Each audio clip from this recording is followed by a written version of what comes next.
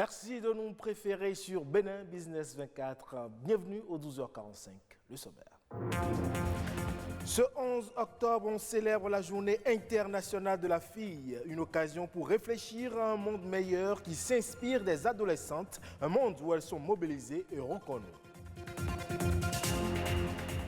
Et puis, impliquer la jeunesse dans la lutte contre les changements climatiques pour plus d'impact, c'est un concept du collectif des citoyens pour le climat. De quoi cela retourne-t-il exactement? On en parle avec un ingénieur de l'environnement. Et enfin, on parlera du mentorat. C'est un moyen efficace par lequel le mentor acquiert auprès de son mentoré tout un éventail de compétences personnelles et professionnelles.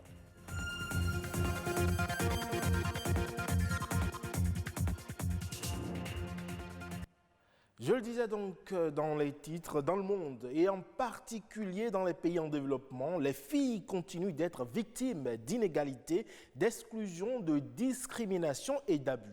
Et en ce 11 octobre, on marque une pause et on se consacre aux femmes de demain à l'occasion de la Journée internationale de la fille. Le thème retenu cette année est « Ma voix, l'égalité pour notre avenir ». Le reportage à suivre présente les différentes actions menées par les filles elles-mêmes pour le respect de leurs droits au Bénin. Déscolarisation, excision, exploitation, mariage forcé et grossesse précoce. Autant d'inégalités de droits qui empêchent encore aujourd'hui les filles de sortir de la pauvreté et de devenir des femmes libres. Au Bénin, une étude réalisée en 2015 révèle que près d'une fille sur 10 est mariée avant 15 ans et plus de 3 sur 10 le sont avant 18 ans. Aussi, sur 100 000 habitants, 1700 garçons font aujourd'hui des études supérieures contre seulement 630 filles. Pour Chanceline, défendre les droits des filles est un combat quotidien. Elle s'y est lancée depuis 2013. Je me suis engagée au collège en classe de première où j'ai remarqué que dans ma communauté, il y a beaucoup de filles qui ont laissé l'école à cause des grossesses précoces. Et pendant ce temps, ces filles étaient insultées, brimées, tout simplement parce qu'elles ont eu une grossesse sur les bancs. C'est une situation qui m'a, moi, révoltée et je me suis engagée. J'ai commencé par lutter contre les grossesses précoces en milieu scolaire en exigeant l'accès des filles aux espaces où elles peuvent être informées sur la santé sexuelle, décider de façon saine et positive. Et jusqu'à aujourd'hui, j'ai continué par mener des actions. J'ai eu des opportunités pour représenter des filles au plan local, national et mondial. Et c'est vraiment ce que je fais chaque jour. Les filles innovent aujourd'hui pour relever les défis à l'échelle planétaire. Elles défendent la paix et les causes environnementales. Elles se mobilisent et élèvent la voix contre la violence. Encore au Bénin, les filles sont données en mariage précoce. Les filles abandonnent l'école à cause des grossesses précoces. Les filles sont victimes de violences, que ce soit hors ligne et en ligne. Les filles subissent encore le poids de certaines normes qui ne favorisent pas l'épanouissement de la fille dans la communauté. Il y a des efforts qui sont fournis, mais il y a encore à faire. Est-ce que je me sens écoutée au Bénin? Il y a quand même des signes qui donnent beaucoup d'espoir. On nous suit. On nous écoute. Il est donné aux filles le droit de participer activement et de manière égalitaire dans la société, le droit de prendre les décisions qui concernent leur corps et leur futur, respecter ces droits pour participer du développement d'un pays. Aucun pays ne peut se développer en comptant sur une seule partie de sa population. J'invite les autorités à soutenir un activisme local des filles, leur donner les ressources pour mener des actions ensemble. Et enfin, permettre aux filles d'accéder dans les espaces où les choses se décident pour elles. Parfois, on a l'impression que ce sont de grandes personnes qui se rassemblent pour décider à la place des filles. Et ça, ce n'est pas normal. Il faut permettre aux filles de s'asseoir à la table et de pouvoir dire « nous pensons que ça, c'est prioritaire pour nous, nous pensons que ça, c'est important » parce que c'est ça, la prise en compte de la voix des filles. Dans le domaine de l'emploi au Bénin, ce n'est que dans le travail indépendant que sont plus concentrées les filles. Elles y représentent 86,4% et 92,7% des activités féminines relèvent du secteur informel. Mais ce nombre pourrait bien être réduit sous peu, car les filles persistent dans leur volonté de succès. Et si le droit des filles est un impératif à respecter, elles sont également appelées, aux côtés des jeunes hommes, à être des acteurs de la lutte contre les changements climatiques.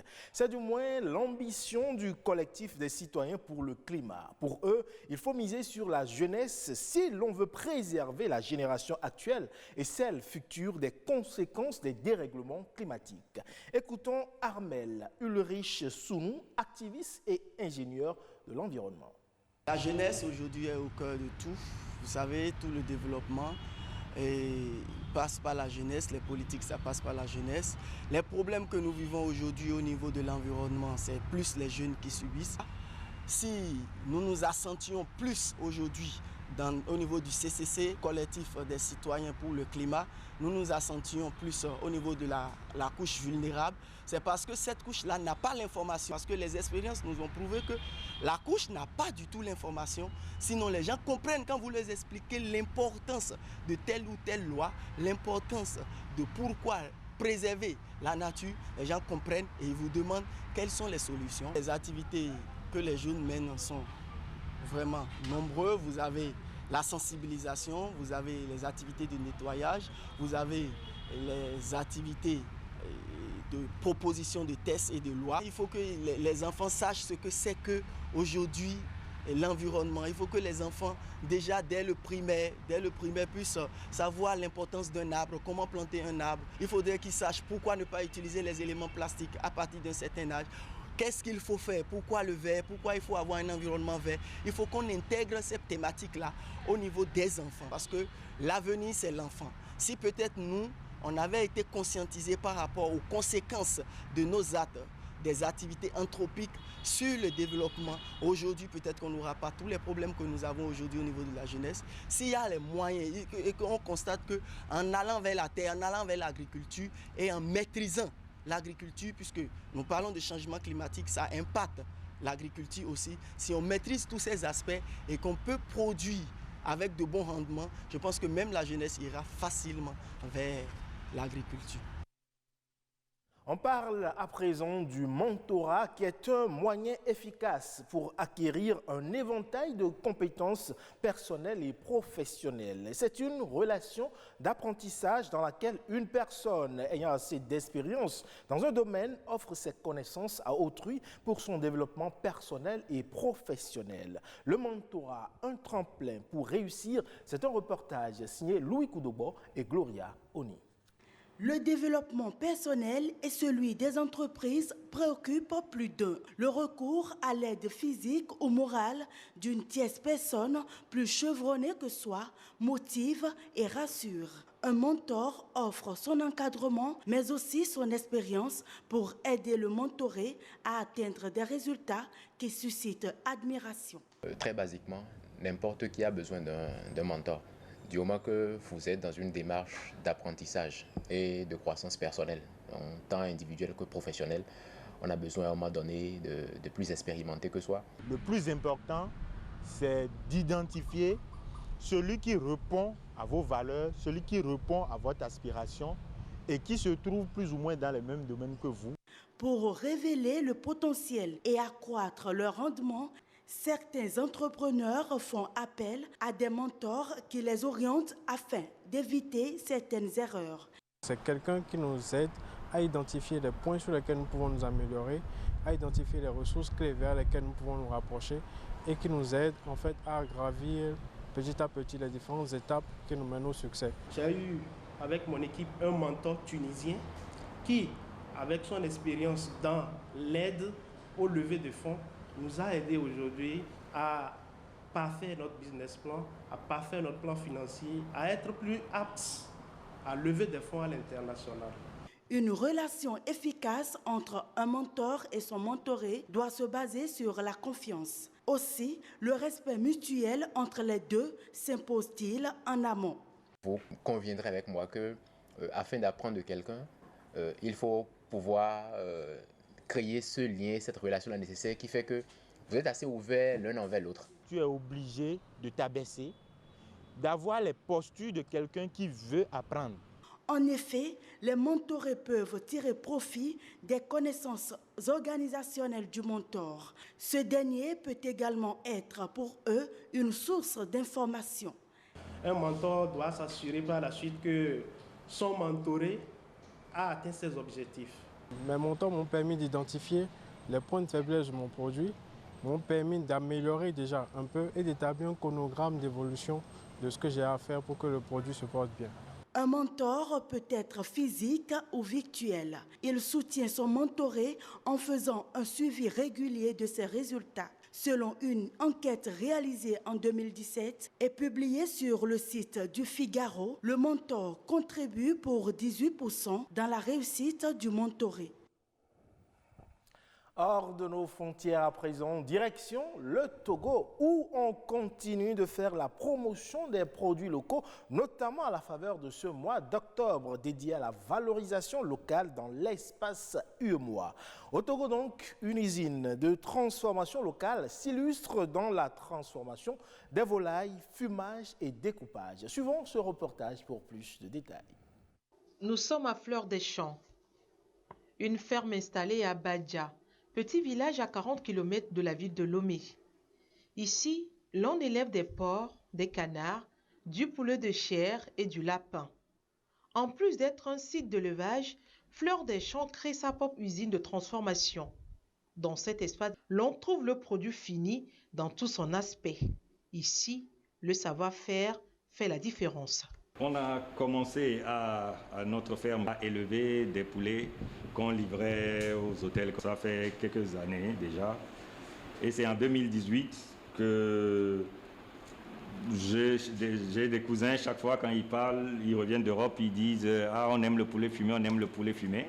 Et puis je me suis dit « Mais tiens, et si la plupart des Africains en Europe aiment le poulet fumé, pourquoi les gens ici n'en mangeront pas ou n'aimeront pas ?» Et puis, on a fait un premier essai. On a essayé avec 10 poulets. On a distribué à des amis pour qu'ils goûtent. Ils nous ont dit, ah, c'est très bon. Une semaine après, on en a fait 20, on en a fait 50, 60. Et puis, le MIFA est arrivé. On a demandé entre-temps des financements dans les banques, mais ils n'étaient pas très chauds pour nous suivre. Et puis, avec le MIFA, ils ont accepté de nous cautionner et on a pu avoir un financement pour construire cette unité. Et maintenant, on arrive à produire jusqu'à 600, 700 poulets. Si on s'est lancé là-dedans, c'est parce qu'on s'est rendu compte qu'il y a beaucoup de produits et de poulets importés au Togo qui vont de qualité médiocre à pas bon du tout. Et du coup, si on est aujourd'hui en train de faire ce métier, de travailler sur du poulet, ce n'est pas pour faire pire que ce qui se fait déjà. Donc effectivement, c'est pour ça qu'on a un ingénieur qualité et son assistante d'ailleurs qui travaillent avec nous. C'est eux qui vérifient la qualité. On suit déjà nos producteurs depuis le démarrage des poussins jusqu'à l'enlèvement des poulets pour s'assurer qu'on ne met pas n'importe quoi à la disposition de nos consommateurs. Né d'une passion pour le levage, mais surtout d'une volonté de permettre à la population togolaise de trouver des produits de qualité et à des prix abordables, le personnel y met un point d'honneur pour relever le défi. Les clients demandent en fonction de la taille. Donc à partir de la taille voulue, les produits sont convoyés de la ferme vers l'abattage, qui est surtout souvent le César.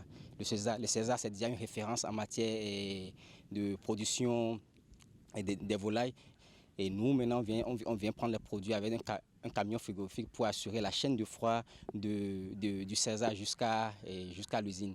Arrivé à l'usine, nous faisons d'abord un échantillonnage pour voir la qualité du produit. Après ça, on assure le réessuyage. Donc quand les produits sont vérifiés, validés, les produits sont réessuyés. Après le réessuyage, donc le produit va maintenant soit à la découpe pour des clients qui veulent la découpe ou soit au processus de fumage. Par rapport à l'hygiène, la santé, tout ça là est contrôlé par des institutions qui contrôlent la santé. Quand nous parlons du produit même, après nous avons des tests qu'on effectue, des tests en organoleptiques sur le produit pour voir si ça répond vraiment au goût, si le produit est vraiment tendre. Et sur le plan microbiologique, il y a des institutions de la place qui se chargent de contrôler la qualité microbiologique du produit. Nous avons mis en place un système de traçabilité qui nous permet de savoir que ce poulet produit aujourd'hui vient exactement de telle ferme et aussi a été livré à tel type de client. Fleur des Champs ambitionne d'être un site de loisirs de référence. Des journées en plein air y sont proposées. Un cadre promu en ce mois où la consommation locale est célébrée au Togo. Et c'est la fin de ce 12h45 que je vous remercie d'avoir suivi. Vous pouvez suivre en replay ce journal sur le site de l'ORTB, www.ortb.bj. Portez-vous bien et à très bientôt.